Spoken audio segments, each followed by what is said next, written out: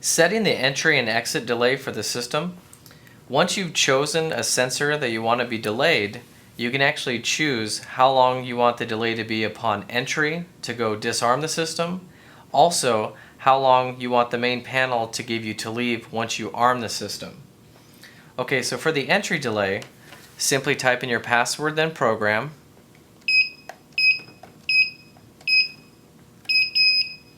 And then it's 28 star. And now you can choose anywhere between 0 and 90 seconds to give you time to come in and disarm the system. In this case, let's do 30. And then follow it by the pound key. The system beeps twice, recognizing that the alarm has accepted that. And now for whatever sensors you deem to put on delay, once opened, you will have 30 seconds to disarm the system at the base.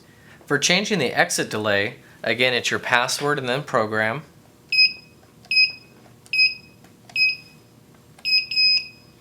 And now it's 27 star.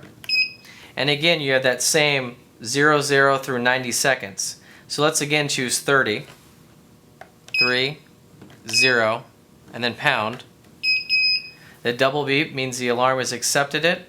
And now whenever you arm the system away, you'll have 30 seconds to leave the premises before the system is armed.